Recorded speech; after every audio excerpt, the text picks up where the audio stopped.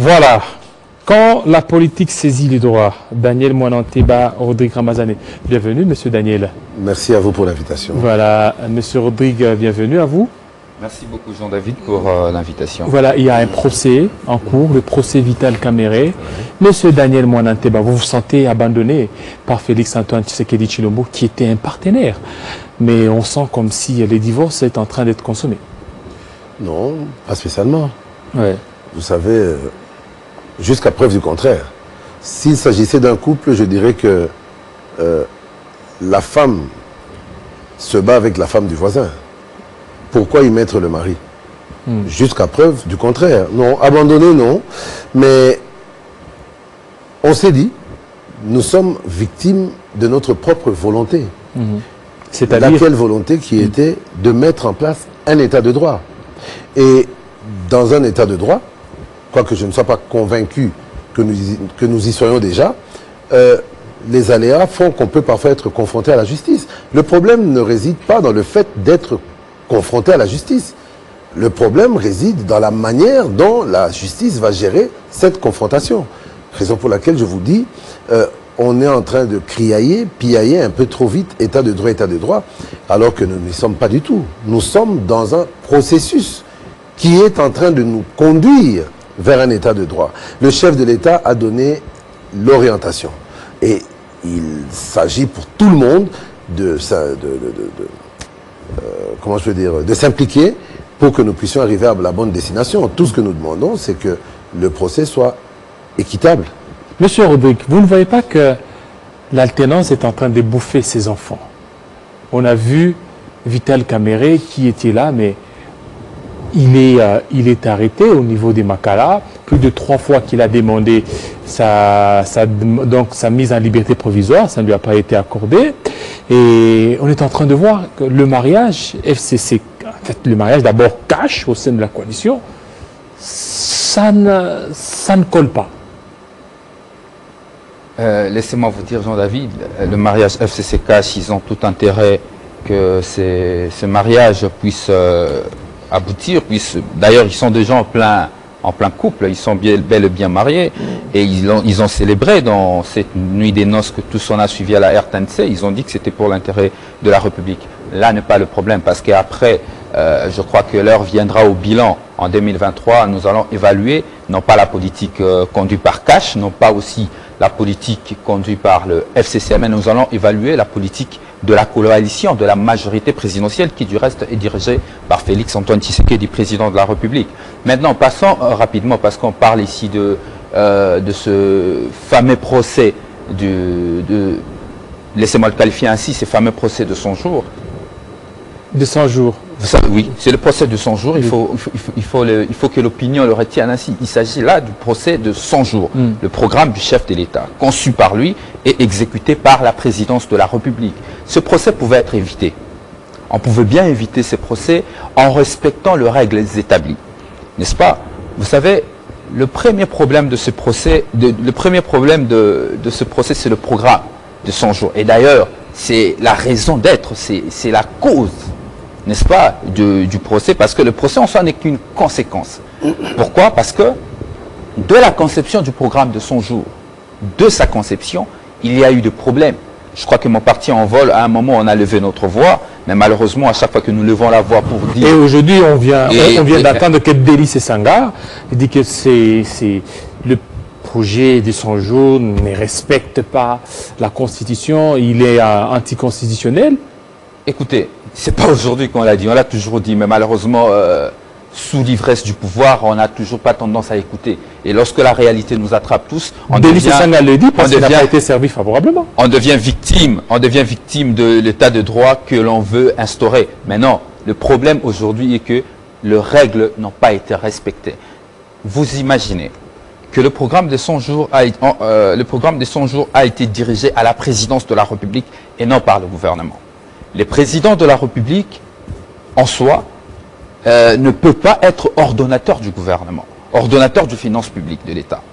Le problème a commencé par là, dans la conception, dans la conduite de ces programmes et à la fin de compte, voilà, dans l'exécution. Je vous reviens. Monsieur Daniel Mwananteba, il y a déjà de voix qui s'élèvent pour dire que c'est un procès purement politique. Il n'y a rien de droit là-bas. Non, mais déjà, je suis effaré. Je ne suis pas juriste moi-même, mais je suis effaré. Mon ami et frère reconnaît, après que vous l'ayez dit, à demi-mot en fait, en surenchérissant dessus même, que le programme des 100 jours lui-même est une irrégularité. Irrégularité que vous aviez soutenue, que vous continuez toujours à soutenir. Oui, mais moi, je préfère revenir dans le procès. Oui. Ça revient à dire que le procès des 100 jours, c'est un procès contre une irrégularité. Ou comment? Parce que si le procès, c'était vraiment le procès de 100 jours, eh bien, ce procès condamnerait l'irrégularité des 100 jours.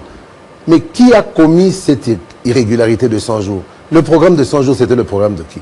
Du chef de l'État. Ça veut dire qu'on est en train de faire le procès du chef de l'État. Je préfère ne pas aller jusque-là. Ça, c'est ma petite compréhension. Mais je vais vous dire une chose, Jean-David, très cher frère.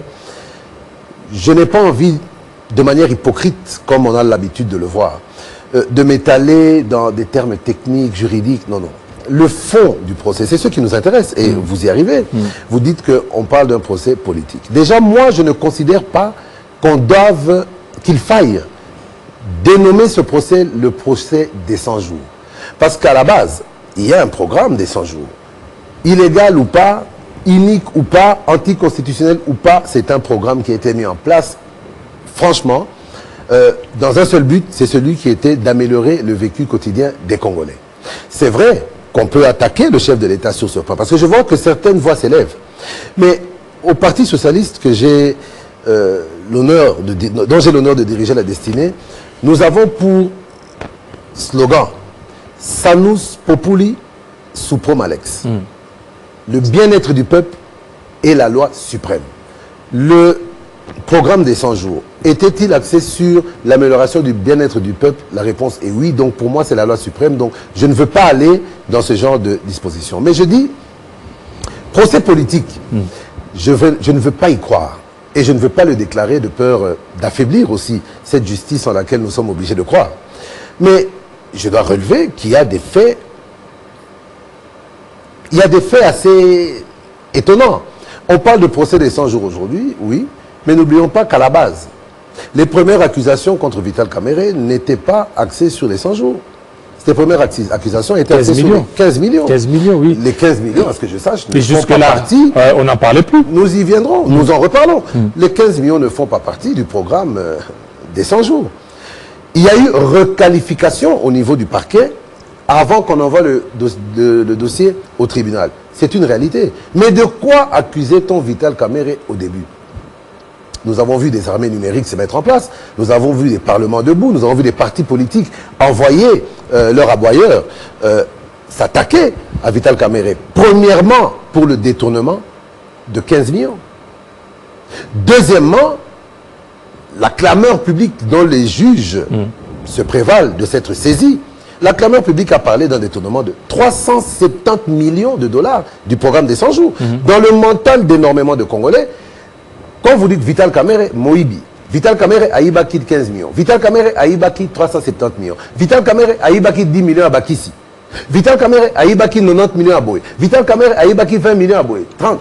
Et c'était devenu la Lali.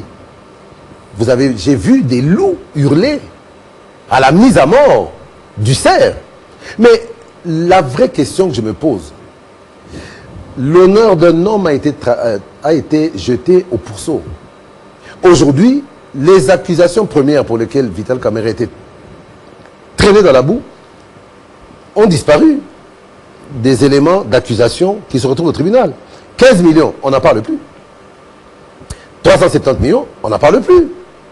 10 millions de traits de plus, on n'en parle plus, c'est 5 millions maintenant. Mais le vrai problème, c'est lequel, Jean-David, et je vais chuter par là pour ne pas monopoliser la parole. Les juristes, ou ceux qui se prétendent ainsi, parce qu'en RDC, tout le monde est devenu juriste, tout le monde est devenu journaliste. Faites attention, vous risquez même de faire votre travail au détriment du gardien d'en bas. Tout le monde est devenu pasteur depuis l'affaire Mokuna. Tout le monde est devenu tout et personne ne Tout le monde est devenu médecin. Et tout le monde est devenu médecin, tout le monde est devenu virologue. C'est devenu réellement la foire. Mais les pseudo-juristes vous diront, oui, mais le parquet a le droit, et c'est un fait, de requalifier les infractions avant de transmettre le dossier au tribunal. Certains vous diront, mais c'est justement ça. Le but même de l'instruction, c'est pour asseoir les preuves. Et quand le parquet se rend compte que dans un dossier ou un autre, il n'y a pas assez de preuves, il peut tout simplement l'écarter. Mais le vrai problème, c'est que lorsque vous l'accusez d'avoir volé 15 millions, 370 millions, 20 millions, 10 millions et consorts, et qu'en fin de compte, vous vous rendez compte que les preuves ne suffisent pas, vous écartez le motif premier pour lequel vous l'avez convoqué, pour requalifier les faits avec d'autres instructions. Voilà. Mais entre-temps, l'honneur de cet homme, personne ne prend la peine d'expliquer que l'homme qui a été traîné dans la boue pour telle cause, aujourd'hui nous avons le devoir et la probité, parce qu'il s'agit de la probité morale. On va y revenir, on y revient. Il n'avait pas commis ce pourquoi on l'avait traîné dans la boue. Voilà, on y revient. Monsieur Rodrigue, le président d'Envol vient de faire une sortie médiatique, qualifier que le programme du 100 jours, c'est un programme anticonstitutionnel. Je reviens à cette question. Est-ce que ce n'est pas le fait qu'il n'a pas été servi comme il se doit? Parce que lui a soutenu Félix-Antoine Tshisekedi Tshilombo, il était là dans son fief électoral, mais après, il n'a pas été servi. Et puis on a vu comment ça a tenu de tels discours.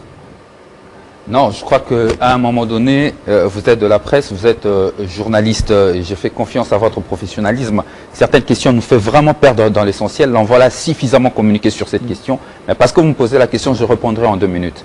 Je crois que avant, en quelques secondes même, avant même la mise en place du gouvernement, l'Envola fait sa déclaration d'appartenance, étant que parti politique siégeant dans l'institution Assemblée nationale, comme parti de l'opposition. Après, on a fait des déclarations politiques avant même ça, que nous n'attendions rien de ce gouvernement et nous ne voulons rien. Je crois que sur cette question, revenir là-dessus, excusez-moi Jean-David, avec beaucoup de respect que je vous dois, nous perdons vraiment le temps pour aller dans l'essentiel. Allons vite à l'essentiel et dire ce qu'il faut. Le vrai problème aujourd'hui, c'est cette façon d'encourager la violation de nos textes de loi. L'on estime qu'à un moment donné, parce que l'on est un parti politique, ou soit parce qu'on est détenteur d'un pouvoir, d'une parcelle de pouvoir, que l'on peut décider de soi-même, parce qu'on est président de la République, de piétiner toutes les réglementations en matière de finances publiques dans notre pays. C'est ça le problème. C'est pourquoi j'insiste, il s'agit ici du procès de 100 jours. Le 100 jours de chef de l'État a été un fiasco. Un fiasco pourquoi? Dans la conception, ces projets ne donnaient pas à suffisance ce qui doit se retrouver déjà lorsqu'on fait la politique, le plan de politique publique dans un État. Le plan de politique publique dans un État est assorti directement de règles d'engagement financier, de responsabilité de personnes qui vont y intervenir, mais aussi de la procédure comment est-ce que la comptabilité sera tenue. Ce n'est pas moi qui le dis, c'est la loi de finances. N'est-ce pas? La loi de finances établit clairement comment est-ce que le finance public doit être géré dans notre République. Mais malheureusement pour le 100 jours, Félix Tshisekedi ainsi que toute la présidence de la République, ils ont décidé d'abolir pratiquement toutes les lois et la réglementation en matière de finances en République démocratique du Congo, surpasser le pouvoir du Premier ministre en allant jusqu'à dire que, je le suivi le jour du procès, que le gouvernement qui était en place n'était pas celui du Parlement qui venait d'être installé. C'est comme si le gouvernement, pendant ces temps-là, n'existait plus. Et il n'existait plus que la présidence. La réalité est quoi? On a entendu parler dans ce pays de COP, de rétrocommission. C'est ça la réalité. C'est ça la réalité que l'on ne veut pas présenter. Parce qu'il ne s'explique pas comment pour parler de la présidence de la République, il s'agit simplement d'une administration qui aide le président de la République dans l'exécution de ce charge publique. Le président de la République, laissez-moi préciser ainsi, le président de la République devenir ordonnateur de finances publiques de l'État. C'est ça la vraie question, c'est ça le problème de 100 jours. L'interpellation du DURCAP du cabinet du chef de l'État, c'est vrai, l'infraction restant individuelle. Mais il faut à un moment donné que l'on puisse dégager sérieusement des responsabilités. Si là, vous voyez qui, là, quand vous dites dégager des responsabilités? Mais écoutez, je suis clair dans mes propos. Vous voyez qui? Mais parlez. Si vous voyez le chef de l'État? J'en arrive. Il doit répondre. J'en arrive. Oui. Si le directeur du cabinet du chef de l'État doit engager, encore que il jouit de la présomption de l'innocence ainsi que du droit de la défense, il faut le lui reconnaître. S'il doit engager sa responsabilité pénale, il faut aussi vérifier de ce point de vue-là, est-ce que le chef de l'État, à un moment donné, il n'est pas le coauteur ou complice de la commission de cette infraction. Parce que moi, je me pose une question aujourd'hui. Si le chef de l'État, il peut prétendre ne pas connaître ce qui s'est passé derrière lui, il y a deux choses. Soit il sait ce qui s'est passé, il s'est tué, ou soit il ne savait pas ce qui s'est passé, donc il se pose un problème dans sa capacité de gérer d'abord son équipe. D'où, nous, la population congolaise et le peuple qui nous suit, nous sommes inquiets. Nous sommes inquiets de sa manière de gérer l'État. S'il n'arrive pas à gérer d'abord son cabinet, savoir exactement ce qui se passe, c'est ça le vrai problème. Monsieur Daniel Monanteba, vous ne voyez pas que cette histoire risque d'ouvrir une boîte à Pandore? L'alternance tant recherchée, vous risquez de la perdre. Mais si je dois aller dans votre sens, oui, en disant qu'il faut que nous fassions attention à la boîte à Pandore, certains vous diront que ce n'est pas une boîte de Pandore, c'est une boîte de sardines, c'est une boîte de fer blanc. Mais les propos de M. Rodrigue équivalent déjà à une ouverture de la boîte de Pandore. Et je dois vous avouer que lorsque vous parlez du procès des 100 jours, je voyais la chose sous un angle, comme je l'ai dit, plus juridique. Mais le simple fait qu'il étaye le fait qu'il épingle des irrégularités, non pas dans la gestion du programme, mais déjà dans sa mise en place, oui, allant jusqu'à s'imaginer que des poursuites pénales pourraient être lancées contre le chef de l'État. Je considère, moi, que ça fait partie déjà de l'ouverture de cette boîte de Pandore. Mais moi, aujourd'hui, je vais vous dire une chose. Je ne vous contredis pas. Vous tenez un discours qui est celui je ne dirais pas de vos intérêts, mais de votre vision. Je ne peux pas vous contredire par rapport à cela. Mais je crois qu'au point où nous en sommes, il serait très dangereux et imprudent que dans ma position, je me lance déjà dans ce débat-là, dans la mesure où c'est un débat pour lequel je n'ai pas la maîtrise de tous les paramètres. Je préfère donc de revenir dans le débat dont je maîtrise à la perfection tous les paramètres. Et ce débat, c'est celui qui consiste à vous avoir entendu dire et poser la question de savoir s'il ne s'agissait pas d'un procès politique. Je ne veux pas, et je le répète, je ne veux pas en arriver à imaginer que c'est un procès politique, mais je me dois de relever quelques faits qui m'intriguent. Les juges se sont saisis du dossier. Au départ, on nous avait dit que c'était sur base de la clameur publique. Mais nous avons appris qu'il y aurait, je parle au conditionnel, qu'il y aurait effectivement des plaignants. Mais ces plaignants, jusque-là, on ne les a toujours pas présentés. Et s'il s'agit de la clameur publique, jusqu'à un certain moment, si cette justice que nous voulons indépendante ou que nous voulons mettre sur les rails de son indépendance se devait de commencer à embrasser un peu tout ce qu'ils entendent dans la rue ou dans les réseaux sociaux pour justifier la clameur publique, ça devient inquiétant. Pourquoi dis cela? On parle de clameur publique par rapport à les 15 000. aux 15 millions, 370 millions et tout. Et ensuite, on requalifie les faits toujours sur base de la clameur publique pour parler maintenant de 48 millions au lieu de 57. Parce que la base des montants décaissés, c'est 57 millions. Je ne comprends pas, moi, pourquoi les juges ont occulté les 9 millions qui devaient composer les 57 millions. Ça, il faudra quand même que les juges nous expliquent. Mais sur les 48 millions, entre-temps, il y a quand même eu 20 millions pour lesquels Jamal est accusé à titre personnel de blanchiment d'argent. C'est-à-dire, il a pris 20 millions qu'il a transférés au Liban. Ça veut dire que ces 20 millions n'ont pas été détournés par Vital Kamerhe. Il y a encore eu 11 millions et puis 12 millions qui ont été envoyés en Turquie pour l'achat des équipements. Et ça, la justice le reconnaît jusque-là, à ce que je sache. Mais ça veut dire que ces 22, 23 millions, il faudrait aussi les ôter des 48 millions. Donc 48 millions moins 20 millions, ça fait 28 millions moins 23 millions. Ça fait 5 millions. Mais pourquoi, au bout du compte, Kamerhe reste accusé de détournement de 48 millions. Là, ça m'intrigue un peu. Les juges, j'espère qu'ils éclaireront notre lanterne. Dernier point, et vous m'excusez, je ne monopolise pas la parole. Le dernier point qui m'intrigue par-dessus tout, j'ai l'impression qu'il y a un peu de légèreté. Légèreté. Vous avez appris que Vital Kamerhe avait été invité au parquet. Le lundi, il n'est pas venu parce que l'invitation était mal rédigée. Tout le monde l'a reconnu. Même ceux qui le profondent l'ont reconnu. Nous avons demandé qu'une nouvelle invitation soit lancée. Ça a été le cas. Le mercredi, il s'est pointé. Avant même que l'invitation ne soit lancée, nous avions appris de certains groupes dans les réseaux sociaux que Vital Kamerhe recevra son invitation. La semaine prochaine. Et la semaine d'après, il a reçu l'invitation. Bon, attendez.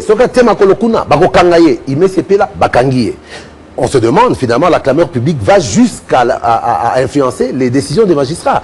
Chose encore plus grave. On parle de la clameur publique. C'est un fait. Mais vous pouvez imaginer tous ces montants qui lui ont été imputés jusqu'à présent que l'instruction est en train d'être menée, n'ont eu aucune contradiction de la part des mêmes juges. Moi, je me pose parfois la question. Je ne veux pas imaginer un seul instant de ma justice, la justice de mon pays, qu'elle puisse être influencée par l'aspect politique. Voilà, mais il y a des choses, des questions qu'on se pose. Quelque chose m'a échappé, j'espère que je pourrai y revenir tout à l'heure. Voilà, mon frère, pour terminer, vous êtes là, le 100 jours, un mot pour terminer. Pour terminer, je crois que le pouvoir passé, encore qu'ils sont en coalition, le pouvoir passé, nous, le parti en vol, dirigé par l'honorable Sesanga, nous l'avions accusé de gâchis, de gabéchis, et je crois que nous sommes encore loin de trouver la solution à ce problème, et l'alternance dont on espérait n'a toujours pas amené cet espoir. Mais néanmoins, le parti en vol, au regard de ce qui se passe aujourd'hui, nous continuerons notre combat de la réduction du train de vie de l'État, et aujourd'hui nous prenons un État modeste mais efficace pour résoudre certains problèmes de notre société du point de vue de la gestion financière. Et pour chuter et pour conclure, si l'on n'arrive pas à dégager la responsabilité du président de la République du point de vue de droit, il est quand même important aujourd'hui, il faut le dire à nos compatriotes qui nous regardent, de dégager sa responsabilité politique. Parce que le programme de 100 jours, c'est le programme de Félix Antoine Tshisekedi, conçu par lui, conduit par lui, exécuté par lui. Merci beaucoup Rodrigue Ramazani, cadre d'Envol et aussi porte-parole adjoint de ce parti politique. Daniel Monanteba, cadre de l'UNC. Non, non, non.